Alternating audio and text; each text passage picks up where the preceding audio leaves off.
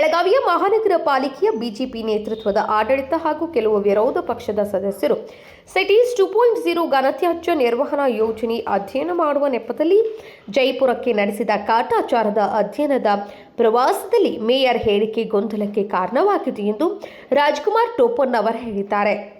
ಜೈಪುರದ ಪ್ರವಾಸದ ವೇಳೆ ಮೇಯರ್ ಮಂಗೇಶ್ ಪವಾರ್ ಬಿಡುಗಡೆ ಮಾಡಿದ ವಿಡಿಯೋ ಹೇಳಿಕೆಯಲ್ಲಿ ಬೆಳಗಾವಿಯ ಘನತ್ಯಾಜ್ಯ ನಿರ್ವಹಣೆ ಜೈಪುರಕ್ಕಿಂತ ಉತ್ತಮ ಎಂದು ಮೇಯರ್ ಹೇಳಿದ್ದಾರೆ. ಬೆಳಗಾವಿಯ ವ್ಯವಸ್ಥೆ ಉತ್ತಮವಾಗಿದ್ದರೆ ತೆರಿಗೆದಾರರ ಹಣವನ್ನು ವ್ಯರ್ಥವಾಗಿ ಖರ್ಚು ಮಾಡಿ ಜೈಪುರಕ್ಕೆ ಹೋಗುವ ಅಗತ್ಯವಿತ್ತಾ ಎಂದು ಪ್ರಶ್ನಿಸಿದ್ದಾರೆ.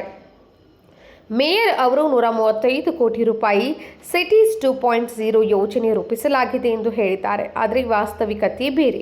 1 ವರ್ಷದ ಹಿಂದೆ ಮಹಾನಗರ ಪಾಲಿಕೆ ಸಭೆಯಲ್ಲಿ 135 ಕೋಟಿಗಳಲ್ಲಿ 20% ಪಾಲನ್ನು ಬೆಳಗಾವಿಯ ಸ್ಮಾರ್ಟ್ ಸಿಟಿ ಲಿಮಿಟೆಡ್ ಖಾತೆಗೆ ಠೇವಣಿ ಮಾಡುವ ನಿರ್ಣಯ ಕೈಗೊಳ್ಳಲಾಗಿತ್ತು.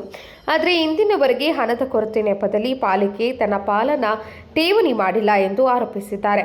ಈ ನಿರ್ಲಕ್ಷ್ಯ ಮತ್ತು ಆರ್ಥಿಕ ಅಸಮರ್ಥತೆಯಿಂದಾಗಿ ನಗರಾಭಿವೃದ್ಧಿ ಇಲಾಖೆಯ ಪ್ರಧಾನ ಕಾರ್ಯದರ್ಶಿಗಳು, ಬೆಳಗಾವಿಯ ಸ್ಮಾರ್ಟ್ ಸಿಟಿ ವ್ಯವಸ್ಥಾಪಕ ನಿರ್ದೇಶಕರು ಮತ್ತು ಪಾಲಿಕೆ ಆಯುಕ್ತರೊಂದಿಗೆ ಸಮಾಲೋಚನೆ ನಡೆಸಿ ಯೋಜನೆಯನ್ನು 75 ಕೋಟಿ ರೂಪಾಯಿಗಳಿಗೆ ಇಳಿಸುವಂತೆ ಸೂಚಿಸಿದ್ದಾರೆ.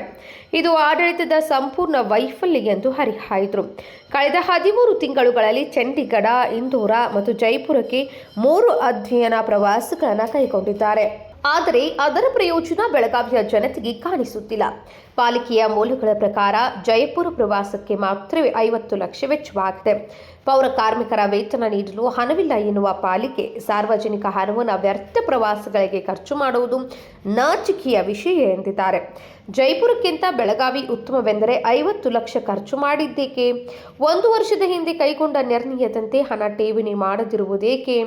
ಈ 3 ಪ್ರವಾಸಗಳಿಂದ ಬೆಳಗಾವಿಗೆ ಪ್ರಯೋಜನವಾಗಿರುವುದಾದರೂ ಏನು ಎಂದಿರುವ ಟೋಪನ್ನವರ್, ಪೌರ ಕಾರ್ಮಿಕರ ವೇತನ ವಿಳಂಬವಾಗುತ್ತಿರುವುದೇಕೆ? ಬೆಳಗಾವಿ ಜನತೆ ಮೌನವಾಗಿರುವುದಿಲ್ಲ. ಪ್ರತಿಯೊಂದು ರೂಪಾಯಿ ಲೆಕ್ಕ ಕೇಳಲಾಗುತ್ತದೆ ಎಂದು ಪ್ರಕಟಣೆಯಲ್ಲಿ ತಿಳಿಸಿದ್ದಾರೆ. Rajashekhar Hiremath, KMM news, Belagavi.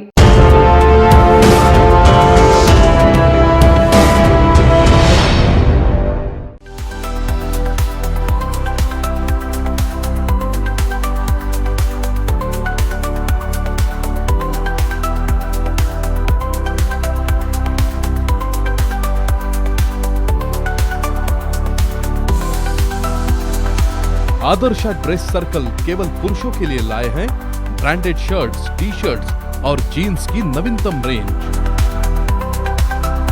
Adarsh dress circle, खड़े बाजार, बेलगावी।